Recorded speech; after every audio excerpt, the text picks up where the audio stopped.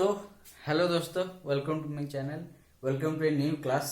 आज हम एक नए क्लास में देखेंगे एसिड बेस एंड सॉल्ट। तो जो एसिड बेस सॉल्ट ये कॉमन चीजें हैं जो आप लोग हर जगह पर सुनते हो। तो जो एसिड बेस एंड सॉल्ट है ये तीनों आपस में रिलेटेड है और इसको समझने के लिए आज हम कुछ एग्जांपल्स लेंगे और बहुत आसान से तरीके से आज हम समझेंगे कि एसिड किसे कहते हैं, बेस किसे कहते हैं और सॉल्ट किसे कहते हैं। आप हंस रहे होंगे कि सारा हम तो ये सब जानते हैं, ये सब जानते हो, लेकिन ये कहाँ पे है, किस चीज से कौन सा एसिड मिलता है, एसिड का टाइप क्या है, वो सारा कुछ आज हम डिस्कस करने वाले हैं। तो पहले आज हम देखेंगे एसिड। तो एसिड क्या है, आप लोग सबको पता है एसिड क्या है। आप बोलोगे सर जो हमें खट्टा लगता है वो एसिड है। सही है, आपको बात लिख लेते हैं। चलो, एसिड टेस्ट सोर। तो ये जो एसिड होता है वो खट्टा होता है, सोर टेस्ट करता है। ये बात हो गया एक। दूसरा क्या है, ये जो एसिड होता है, acids turn litmus red. Okay, यहां पे एक आया लिटमस। तो ये जो लिटमस क्या है, ये लिटमस एक इंडिकेटर है जो हमें बताता है कि ये एक सब्सटेंस एसिड है या फिर बेस है। वो इंडिकेटर आगे जाकर हम पढ़ेंगे। ऐसा देखिए, केमिकल का क्या होता है, जो लैबोरेटरी में हम इस्तेमाल करते हैं केमिकल्स, वो केमिकल्स क्या होता है उसको हम देख के पता नहीं कर सकते, क्योंकि बहुत सारा केमिकल कलरलेस होता है और लिक्विड की तरह, पानी की तरह ही दिखता है, और उसको हम टेस्ट भी नहीं कर सकते। एसिड हम देखें कि सोर टू टेस्ट, मतलब खट्टा लगता है। ऐसा नहीं कि कोई भी एसिड ले मुंह में डाल दिए तो क्या होगा, वो अंदर तक जाएगा, वो जल जाएगा। तो ये जो एसिड होता है उसको टेस्ट करने के लिए हम लिटमस का इस्तेमाल करते हैं। तो जो लिटमस है उसका कलर रेड हो जाएगा एसिड में डालने से। ठीक है, वो जाके आगे हम डिस्कस करने वाले हैं। और उसके बाद एसिड का और क्या प्रॉपर्टी होता है, they are corrosive in nature.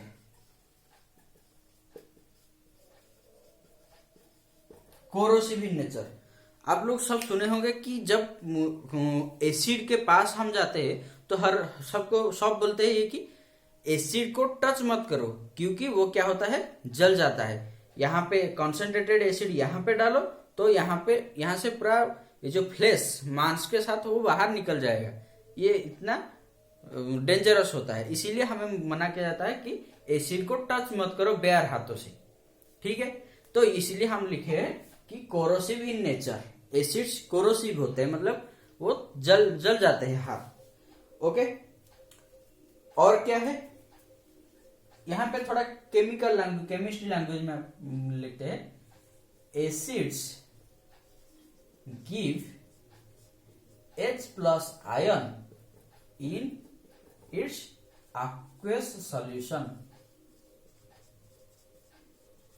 aqueous solution का मतलब क्या है, एसिड को अगर हम पानी में डालेंगे, मतलब पानी में मिला के उसका एक सॉल्यूशन बनाएंगे, तो वो H+ आयन डोनेट करेगा, और इसको हम ये भी बोलते हैं हाइड्रोनियम आयन।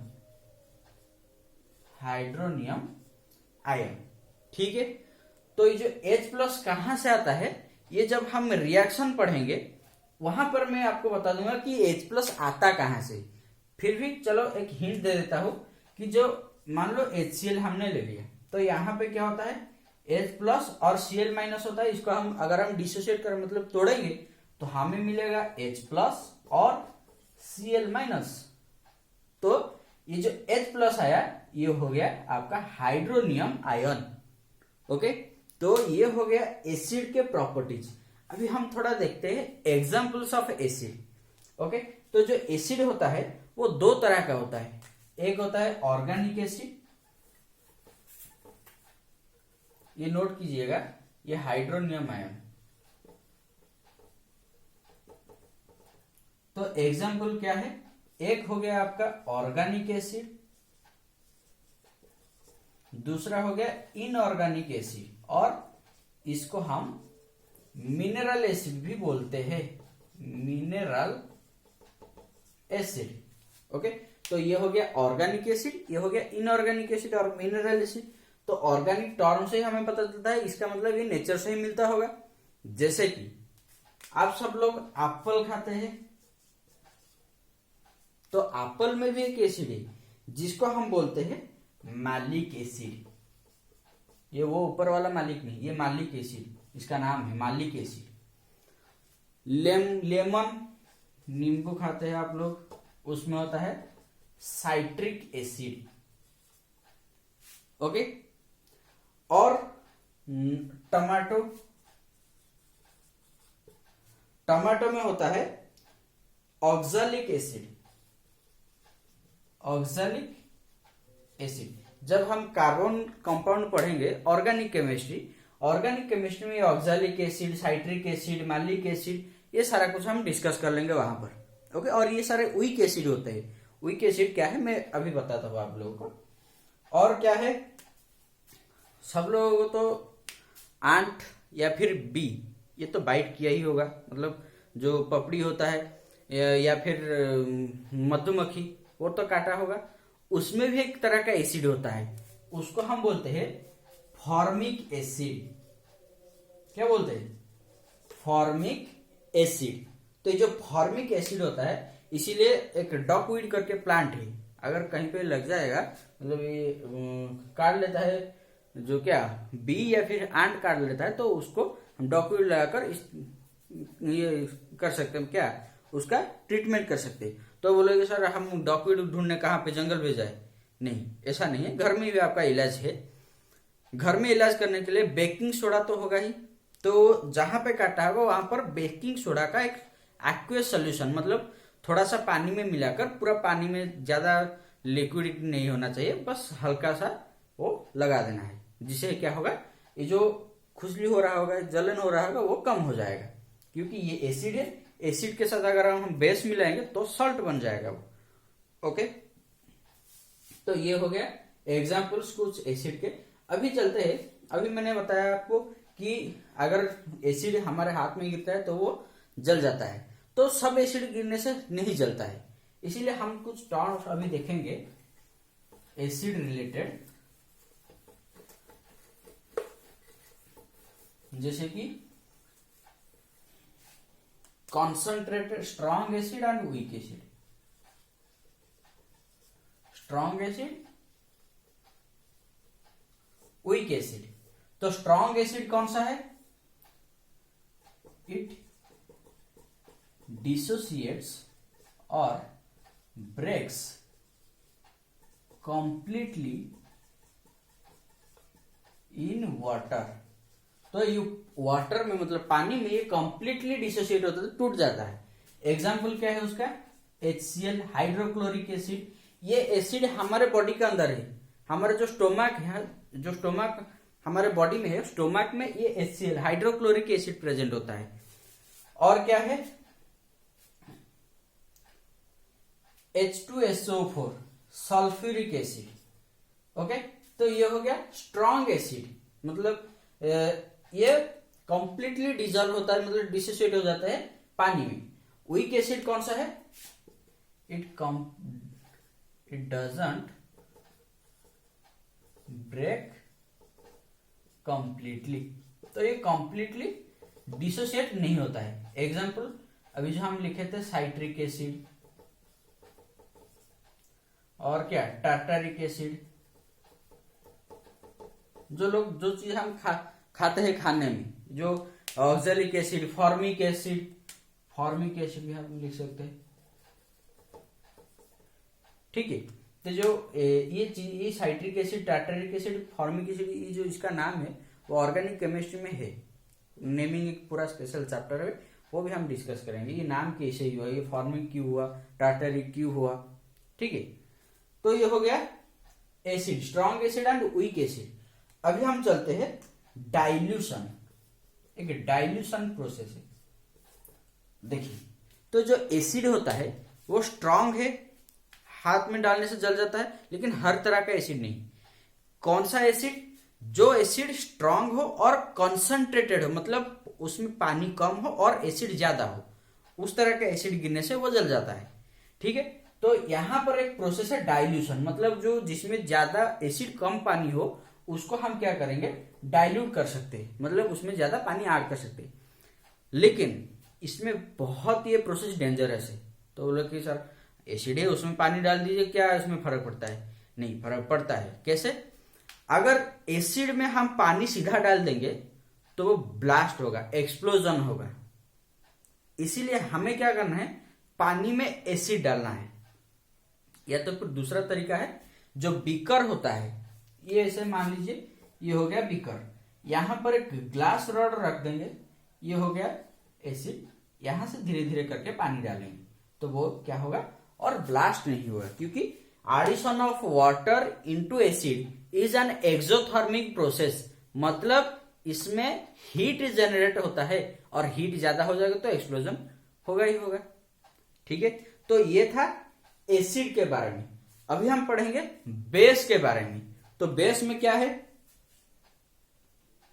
ओके, तो ये देखिए अभी हम बेस के बारे में पढ़ेंगे। बेस में क्या होता है? बेस बिटर टू टेस्ट, मतलब खारा लगता है। आप लोग सब कभी गलती से भी हो नहाते वक्त साबुन का थोड़ा सा पानी तो मुंह में गया ही होगा, तो वो जो जैसा टेस्ट होता है वो होता है बेस। इसे हमें पता चल जाता है कि बेस का टेस्ट कैसा है, हम अभी कंफ्यूज नहीं होंगे। और सोपी टू टच, कोई भी बेस ले लीजिए, साबुन को हाथ में रगड़ने से जिसे चिपचिपा लगता है, उसी तरह का चिपचिपापन ये बेस में होता है, क्योंकि साबुन भी ये बेस से बनता है। ठीक है, यहाँ पे जो क्या हम जो डुप्लीकेट मिल्क, जो सिंथेटिक मिल्क जिसे बोलते हैं, उसको भी टेस्ट करने का यही तरीका है। मतलब वो अगर जो डुप्लीकेट मिल्क है उसको अगर हम टच करेंगे तो क्या क्या लगेगा, वो सोपी, मतलब चिपचिपा सा लगेगा। ओरिजिनल मिल्क में ऐसे नहीं लगता है। ओके, तो soapy to touch and gives OH minus ion in aqueous solution, पानी में मिलाकर इसका अगर हम सोल्यूशन करेंगे बेस का तो वो OH माइनस देगा। ओके, तो ये हो गया उसका कैरेक्टरिस्टिक्स। और अभी उसको एग्जाम्पल देखते हैं। एग्जाम्पल क्या है? एग्जाम्पल में सोडियम हाइड्रोक्साइड, पोटासियम हाइड्रोक्साइड, ये सोडियम हाइड्रोक्साइड को मिल्क ऑफ मैग्नीशिया भी बोलते हैं, जो कि आप एंटासिड में इस्तेमाल होता है, ये सोडियम हाइड्रोक्साइड का। KOH, ओके, NH4OH, इसको बोलते हैं ammonium hydroxide.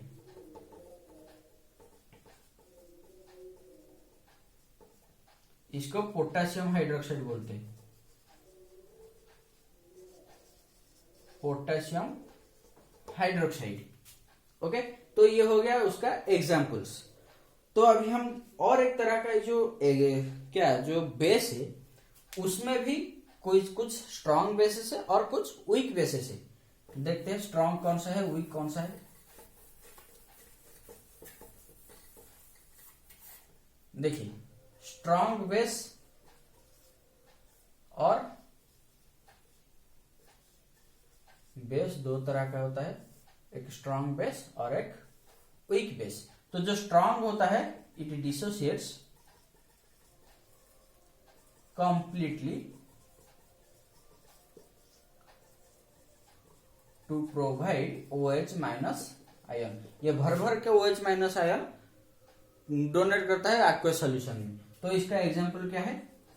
NaOH, sodium hydroxide, अभी हम देखे थे मिल्क ऑफ मैग्नीशिया। तो वो उसका एक्वस सॉल्यूशन बनाने से क्या होता है, वो भर भर के OH माइनस आयन डोनेट करता है एक्वस सॉल्यूशन में। वीक बेस में क्या होता है, इसका just opposite, doesn't dissociate completely.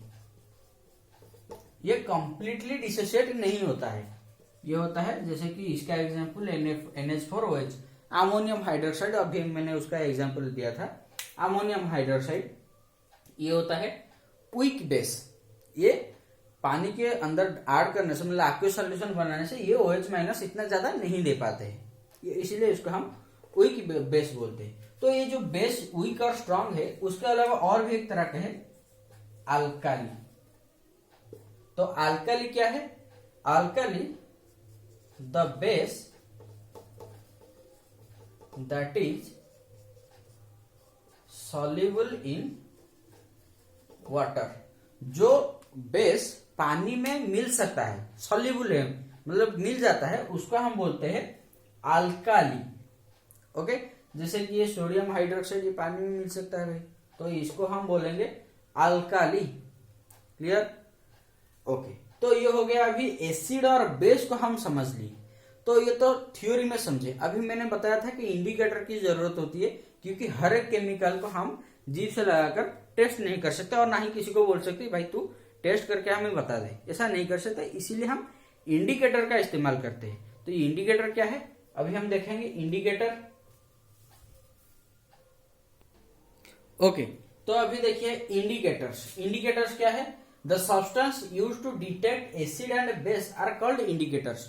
जो सब्सटेंस को इस्तेमाल करके हम एसिड और बेस का पता लगा सकते हैं, उसको हम बोलते हैं इंडिकेटर्स। जैसे कि कपड़े में आपका तो टर्मरिक मतलब हल्दी तो लगा ही होगा कभी ना कभी, या फिर ना लगा तो लगा देना, निकल जाएगा वो।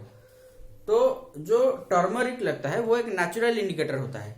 वो उसमें अगर हम एसिड ऐड करेंगे, नेचुरल इंडिकेटर, और ये जो इंडिकेटर होता है नेचुरल होता है, सिंथेटिक होता है, या फिर ओल्फैक्टरी हो सकता है।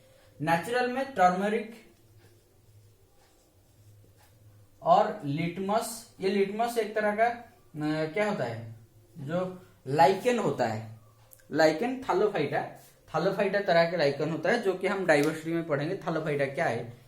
तो ये जो लिटमस है, वो लिटमस अगर एसिड में डालेंगे, एसिड में वो रेड हो जाएगा, और बेस में डालेंगे तो वो ब्लू हो जाएगा।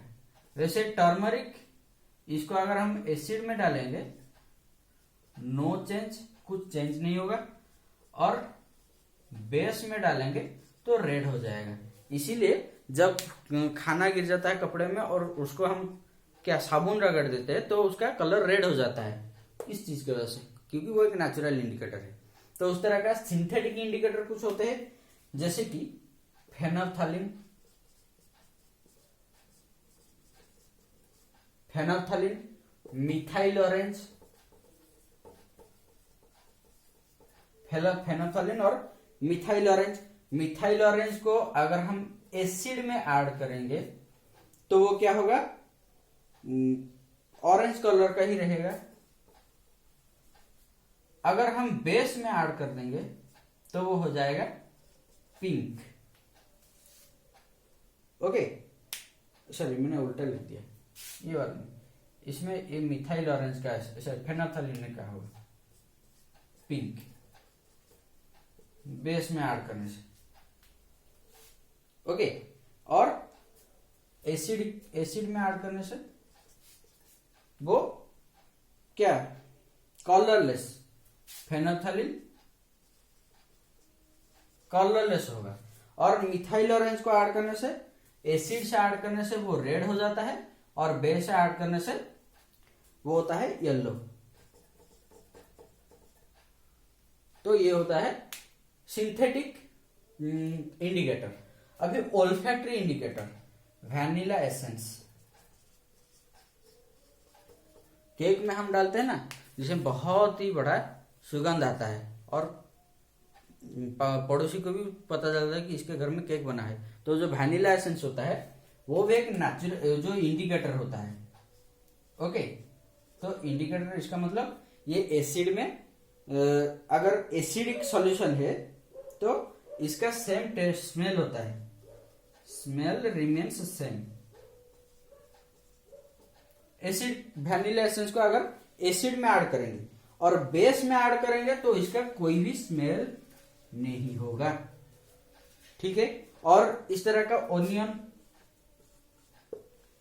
ये आपके लिए काम है, आप खुद पता कीजिएगा ओनियन को एसिड में ऐड करने से किस तरह का स्मेल होता है और बेस में ऐड करने से किस तरह का स्मेल होता है। क्लियर?